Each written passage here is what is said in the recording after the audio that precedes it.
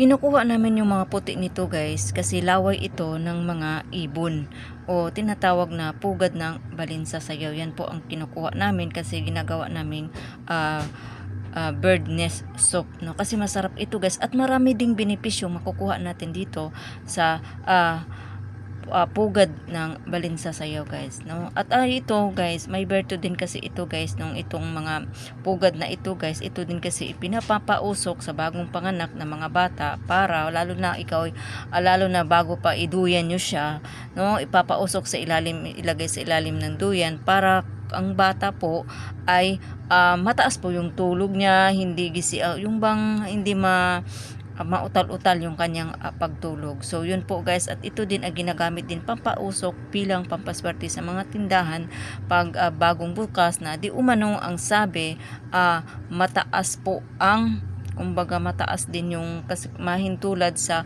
pagtaas ng paglipad nitong ang tong ibon na ito guys na pugad ng balinsa sayaw, mahihintula daw doon guys, no? So yun lang po ang sabi. Pero dito guys sa pugad ng balinsa sayaw, ang first class po nito, yung pinakaputi na walang halong mga bunot-bunot, ay napakamahal po ang kilo. So ang ginagawa namin tuwing may harvest, kinukuha namin yung mga puti-puti para gawin naming sabaw kasi mainam din kasi ito sa kalusugan, no?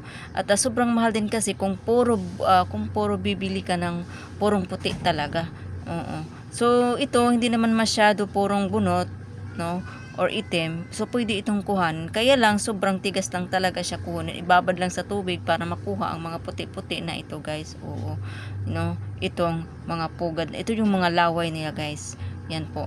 Medyo matigas lang siya tanggalin. Pero yung mga bunot-bunot na mga maitim-itim, madali naman siyang matanggalin. Yung bang may parting puti, ang hirap tanggalin. Kasi yun ang pinakalaway nila. No, yun kasi ang ginagamitan nila ng laway para dumikit po kasi doon sa kung saan sila gustong mamugad. So yung ginagamit nila yung laway pangdikit doon sa kung saan sila gusto mamugad para matibay yung pagkatibay yung kanyang paggawa ng pugad. At hinahaluan nila ng mga bunot para maging masikip din.